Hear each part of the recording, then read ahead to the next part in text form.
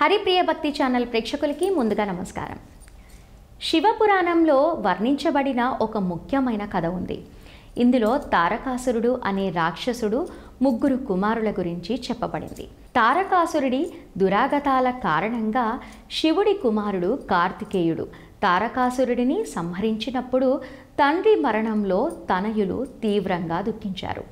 దుఃఖంతో తమ తండ్రి మరణానికి ప్రతీకారం తీర్చుకోవాలి అని భావించిన వారు హిందూ మతంలో శివునికి ప్రత్యేక స్థానం ఉంది. సోమవారం శివుడికి అంకితం చేయబడింది. అందుకే సోమవారం ఉపవాసం ఉంటారు. ఈ రోజున ఉపవాసం ఉండటం వల్ల కోరిన కోరికలు నెరవేరుతాయి అని విశ్వాసం. శివుడికి బోలాశంకరుడు, లయకారుడు, త్రినేత్రుడు, పరమేశ్వరుడు, శంకరుడు వంటి పేర్లతో పాటు త్రిపురారి అనే పేరు కూడా ఉంది. దీని వెనుక ఉన్న రహస్యాన్ని ఈ వీడియో ద్వారా తెలుసుకుందాం. పురాణ శాస్త్రం ప్రకారం శివుడిని త్రిపురారి అని పిలుస్తారు. శివపురాణంలో వర్ణించబడిన ఒక ముఖ్యమైన కథ ఉంది. ఇందులో తారకాసురుడు అనే రాక్షసుడి ముగ్గురు కుమారుల గురించి చెప్పబడింది. ఈ ముగ్గురు కుమారుల పేర్లు విద్యున్మాలి, తారకాక్షుడు, కమలాక్షుడు. ఈ ముగ్గురు చాలా ధైర్యవంతులు. తారకాసురుడి దురాఘాతల కారణంగా శివుడి కుమారుడు కార్తికేయుడు తారకాసురుడిని సంహరించినప్పుడు తండ్రి మరణంతో తనయులు తీవ్రంగా దుఃఖించారు. దుఃఖంతో తమ తండ్రి మరణానికి ప్రతీకారం తీర్చుకోవాలి అని భావించారు. రాక్షసులకు అపూర్వమైన వరం ఇచ్చిన బ్రహ్మదేవుడు తారకాసురుడి కుమారులు ముగ్గురు కఠోర తపస్సు చేసి బ్రహ్మదేవుడిని సంతోషపెట్టి వరంగా ఎగిరే నగరాలను నిర్మించుకున్నారు. ముగ్గురు రాక్షసులు 3 ఎగిరే నగరాలను నిర్మించుకున్నారు. 3 అద్భుతమైన నగరాలను నిర్మించడం బ్రహ్మదేవుని ఆదేశానుసారం మాయ అనే రాక్షసుడు ముగ్గురు రాక్షసుల కోసం 3 అద్భుతమైన నగరాలను నిర్మించాడు. తారకాక్షుడికి బంగారు నగరం, కమలాక్షుడికి వెండి నగరం, విద్యున్మాలి కోసం ఇనుప నగరం నిర్మించబడ్డాయి. ఈ 3 నగరాలను సమిష్టిగా త్రిపుర అని పిలుస్తారు. ఈ 3 నగరాలు ఆకాశంలో వేరువేరు దిశల్లో ఎగురుతూ ఉండేవి. ముగ్గురు రాక్షసులు దేవతలను, ప్రజలను, మునులను నానా ఇబ్బంది పెట్టేవారు. మళ్ళీ ఎగిరే నగరాలకు వెళ్ళిపోయేవారు. అయితే ఈ 3 నగరాలను చెయ్యగలరు. అలా చేసిన దేవుడు చేతిలోనే ఈ ముగ్గురు రాక్షసుల మరణం అనే బ్రహ్మదేవుడు వరం ఇచ్చాడు.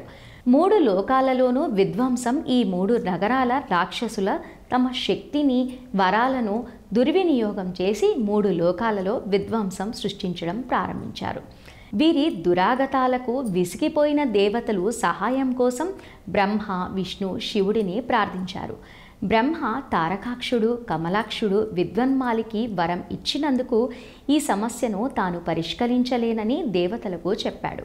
దీని తర్వాత దేవతలందరూ శివుని వద్దకు వెళ్ళి అతనిని సహాయం కోసం ప్రార్థించారు. త్రిపుర నాశనము కొరకు శివుణ్ణి ప్రార్థన.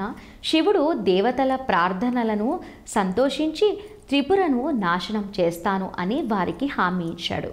అయితే 3 నగరాలు ఒకే వరుసలో వచ్చినప్పుడే త్రిపుర విధ్వంసం సాధ్యమవుతుంది అని కూడా ఆయన అన్నారు.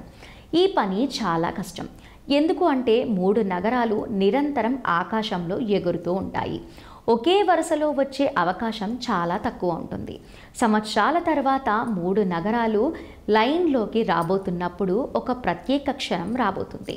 ఆ అపూర్వ క్షణాన్ని ఉపయోగించి విశ్వకర్మ శివుని కోసం ఒక దివ్యమైన రథాన్ని నిర్మించాడు. చంద్రుడు, సూర్యుడు, దాని చక్రాలు, ఇంద్రుడు, వరుణుడు, యమ, కుబేరుడు వంటి వారు ఆ రథానికి గుర్రాలు అయ్యారు. హిమాలయం విల్లుగా మారింది. శేషనాగుడు తీగగా మారాడు. విష్ణువు స్వయంగా బాణంగా మారాడు. అగ్నిదేవుడు దాని కొనగా మారాడు. వాయుదేవుడు దానిని కదిలించింది. దేవతలందరి సమ్మిళిత శక్తితో చేసిన ఈ బాణం అత్యంత శక్తివంతమైనది. శివుడిని త్రిపురారి అంటారు. త్రిపురను సంహరించడానికి పరమశివుడు దివ్యమైన రథాన్ని అధిరోపించినప్పుడు రాక్షసుల మధ్య అలసడి రేగింది.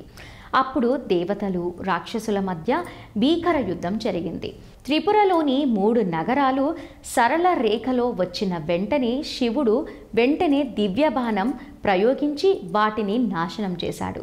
త్రిపుర నాశనమైన వెంటనే దేవతలందరూ కలిసి శివుణ్ణి స్తుతించడం ప్రారంభించారు. ఆ విధంగా శివుడు త్రిపురను నాశనం చేశాడు. ఈ సంహారం తర్వాతనే శివుడికి త్రిపురారి అనే పేరు వచ్చింది. అంటే త్రిపుర నాశనం అని అర్థం. మరొక వీడియోతో మళ్ళీ కలుద్దాము. నమస్కారం.